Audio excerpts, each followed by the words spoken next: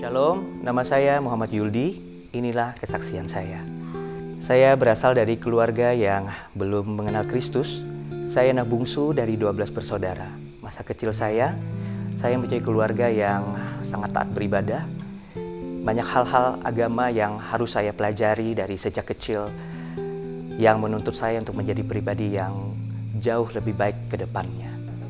Apa yang saya rasakan waktu saya berada di agama saya sebelumnya, saya memandang Tuhan itu sangat jauh karena apa? Karena saya begitu merasakan bahwa untuk menggapai yang Maha Kuasa terlalu berat untuk saya. Karena apa? Karena memang saya harus banyak berbuat baik.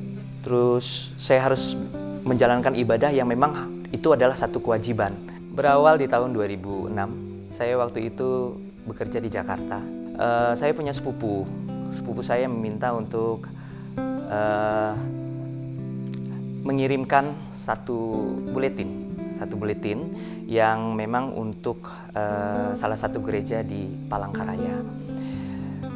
Saya pikir saya tidak ada salahnya untuk mengirimkan beberapa buletin, karena menurut saya ya itu namanya saudara. Jadi ya sudahlah, saya kirimkan setiap minggu. Jadi selama hampir 1 tahun saya mengirimkan buletin itu. Dan itu pun setiap minggu saya mengirimkan. Dari situ tiba-tiba ada satu buletin yang tertinggal di kosan saya. Di situ saya membaca bahwa ada beberapa kalimat dan kata-kata yang memang untuk kalangan sendiri. Ada beberapa kalimat yang ya saya sedikit lupa. Tapi ada yang satu poin yang paling saya ingat, bahwa mempersiapkan jemaat hidup kudus siap ke sorga. Nah, dari situlah saya mengalami sering bertanya dalam diri saya, ini maksudnya apa? Kok buletin seperti ini sepertinya sangat dirindukan orang Palangkaraya. Sempat berpikir, kenapa harus saya yang mengirimkan buletin itu? Padahal mereka juga banyak keluarga di sini di Jakarta. Kenapa harus saya? Tetapi karena saya juga orangnya tidak nyaman, tidak enakan dengan keluarga, jadi ya sudah saya kirimkan kembali terus-terusan. Dan akhirnya pada Sabtu malam saya pulang clubbing. Saya pulang clubbing itu sekitar jam 1:30 atau jam 2 pagi. Saya tertidur, saya nggak tahu itu apakah itu tidurnya masih sadar atau tidak, tapi saya merasa roh saya ini seperti dibawa. Roh saya ini seperti dibawa, diperhadapkan di satu jalan yang sepi sekali, kiri kanan nggak ada orang sama sekali. Terus saya seperti dituntun seseorang, dan saya tidak bisa melihat wajahnya. Terus saya diperhadapkan dengan sebelah kiri saya satu pemandangan yang luar biasa sangat mengerikan, dan itu saya tidak mau melihatnya. Saya tidak mau melihat hal seperti ini. Saya takut sekali, saya bilang seperti itu dengan orang itu. Terus saya diajak lagi ke sebelah kanan, jalan ke sebelah kanan. Di situ saya melihat ada satu terang yang sangat terang, dan itu lebih terang dari matahari. Disitulah saya mendengarkan ada suara yang bilang, "Akulah jalan, kebenaran, dan hidup. Tidak ada satu orang pun yang datang kepada Bapa kecuali melalui aku." Saya waktu itu tidak tahu apa yang dimaksud dengan kalimat seperti itu. Terus saya kebangun dengan keringat dingin, nafas yang ngos-ngosan. Saya merasakan ada satu damai sejahtera yang tidak pernah saya rasakan. Dan saya juga tidak tahu apakah itu karena hal yang barusan saya temukan atau apapun, saya juga nggak tahu. Nah, setelah itu selang beberapa hari, itu tepat 1 minggu setelahnya, jam 8 apa jam 9 pagi, ada satu dorongan yang sangat kuat sekali saya untuk bisa berangkat ke gereja, ke tempat saya mengambil buletin. Itu bukan hanya untuk mengambil buletin, tapi saya harus masuk ke dalam tempat orang ibadah. Pada saat saya di perjalanan, saya membuka satu radio. Saya juga nggak tahu kenapa tiba-tiba radio itu harus ada lagu rohani. Saya juga nggak tahu itu lagunya lagu apa. Di situ saya sepanjang jalan menangis. Saya nggak tahu kenapa air mata tuh nggak bisa berhenti. Sampai akhirnya saya sampai ke tempat ibadah. Saya masuk, terus saya saya salam dengan orang-orang gereja. Shalom, katanya mereka. Shalom itu apa? Saya bilang, shalom itu damai sejahtera, kata mereka. Ya sudah, saya masuk, saya naik, saya melihat orang-orang beribadah. Saya ikutin terus sampai selesai. Pada saat orang memuji, menyembah, memang ada satu kebingungan. Ada yang menangis, ada yang bersuka cita, ada yang gembira, ada yang bertepuk tangan. Dan di situ yang mungkin yang tidak pernah saya lihat sebelumnya. Terus saya mengikuti juga perjamuan kudus. Entah kenapa dorongan itu kuat sekali untuk saya lakukan. Sampai akhirnya selesai ibadah, saya mengambil kembali buletin karena untuk dikirimkan besok harinya.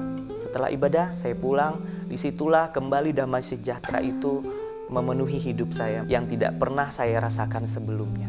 Ya, pada saat keluarga saya, saudara saya itu datang ke Jakarta, ternyata dia membawa seorang teman, dan temannya itu adalah salah satu pendeta di Palangkaraya.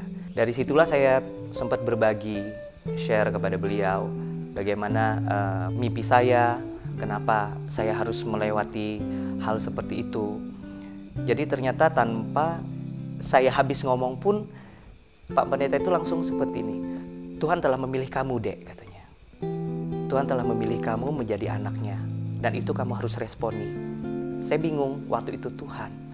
Sedangkan saya seorang masih di kepercayaan yang lama. Dan itu membuat saya bingung.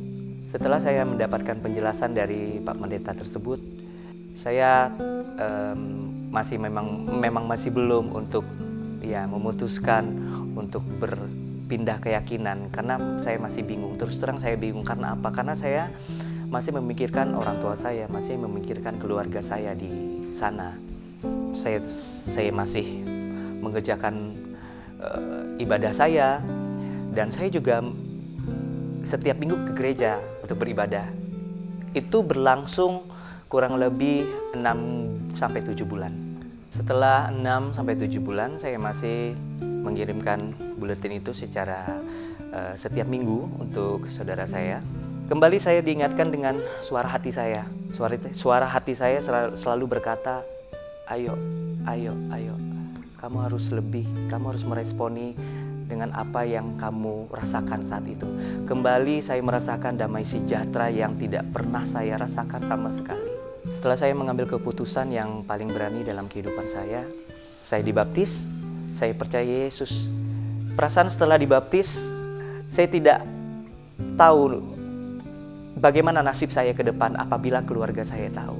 Tetapi itulah, ada satu kasih yang sangat besar yang menuntun saya untuk tetap terus bersama Tuhan. Ya, kehidupan saya setelah dibaptis, banyak hal yang terjadi, dan apa yang sudah saya takutkan sebelumnya itu terjadi dalam kehidupan saya. Salah satunya dari keluarga. Dari keluarga saya sangat ditentang habis-habisan. Karena apa? Artinya saya adalah orang yang murtad, berpindah agama, tidak sayang kedua orang tua, tidak sayang keluarga, dan itu sangat menyakitkan dalam hidup saya. Karena saya tahu bahwa kedua orang tua saya dan keluarga saya adalah hal yang sangat penting dalam hidup saya. Tetapi itu tadi, banyak hal yang harus saya bayar, banyak harga yang harus saya bayar. Baik itu di dalam pekerjaan, di dalam lingkungan, teman-teman, itu semua menolak keberadaan saya. Secara finansial pun saya juga di stop semuanya. Baik itu dalam bulanan saya, yang biasa saya dikasih untuk bulan ini, itu semuanya di stop. Dan saya benar-benar kembali ke nol, dan itulah titik terendah saya. Saya benar-benar tidak ada sama sekali, pegangan pun juga tidak ada. Tetapi puji Tuhannya, selama saya mengalami hal seperti itu, pemeliharaan Tuhan itu sempurna dalam hidup saya. Ada satu pekerjaan yang mestinya memang harus dilakukan, memang harus sudah hampir 100% itu sudah rampung, itu semuanya bubar. Dan itu hanya karena alasan saya berpindah agama dan keyakinan. Memang kecewa, sangat kecewa, tetapi karena keputusan ini adalah keputusan saya yang terbaik dalam hidup saya. Tuhan memberikan penghiburan buat saya. Anakku, kau tidak sendiri, kau bersamaku. Tuhan terus-terusan berkata dan memberikan penghiburan itu kepada saya. Hingga sampai satu ketika Tuhan memberikan jalan, saya mendapatkan pekerjaan di salah satu majalah terkemuka di Jakarta waktu itu. Disitulah saya kembali bersemangat untuk menjalankan kehidupan. Tahun 2010 saya kembali ke kota Palangkaraya. Itu adalah permintaan orang tua saya. Entah kenapa tiba-tiba mama saya telepon untuk bisa kembali ke kota Palangkaraya. Dan saya juga tidak tahu kenapa saya tergerak untuk kembali ke Palangkaraya, karena memang pada saat itu mungkin memang saatnya saya harus balik ke kota Palangkaraya. Disitulah pada saat saya kembali ke kota Palangkaraya, walaupun dengan satu ketakutan, artinya kalau saya kembali ke kota Palangkaraya, saya bertemu dengan keluarga saya, bertemu dengan sepupu saya, bagaimana saya bisa diomongkan, keluarga saya diomongkan. Nah, itu menjadi batu sandungan untuk saya pribadi. Tetapi kembali lagi saya diingatkan bahwa saya tidak akan pernah ditinggalkan Tuhan. Melalui proses yang terjadi dalam hidup saya, banyak hal yang diubahkan. Salah satunya itu hubungan saya dengan keluarga. Hubungan saya dengan kakak saya, hubungan saya dengan keponakan-keponakan saya, bahkan teman-teman sekitar saya. Itu dipulihkan satu persatu. Dan disitulah mereka menerima saya apa. Walaupun hingga sampai saat ini keluarga saya belum mengenal Tuhan, tetapi saya percaya di dalam Tuhan bahwa satu orang bertobat, sisi rumah tangga akan diselamatkan. Dan itu janji Tuhan. Tidak pernah saya bayangkan, tidak pernah saya pikirkan, saya yang sebenarnya tidak layak, tetapi Tuhan layakkan. Tuhan pilih, bahkan Tuhan selamatkan. Perkenanan yang sebenarnya tidak layak yang saya dapatkan. Dan saya bersyukur saya punya Tuhan Yesus yang memberikan saya kekuatan hari lepas hari. Saya punya satu ayat yang terus menguatkan saya hingga sampai saat ini, yaitu di Yohanes 15 ayat 16. Bukan kamu yang memilih aku, tetapi akulah yang memilih kamu. Itulah yang terus memberikan saya kekuatan. Ayat itu yang terus membawa saya hari lepas hari untuk tetap terus berjalan bersama Yesus Tuhan. Inilah kesaksian saya. Saya percaya menjadi berkat untuk semua yang menyaksikan. Segala sesuatu boleh terjadi in His time.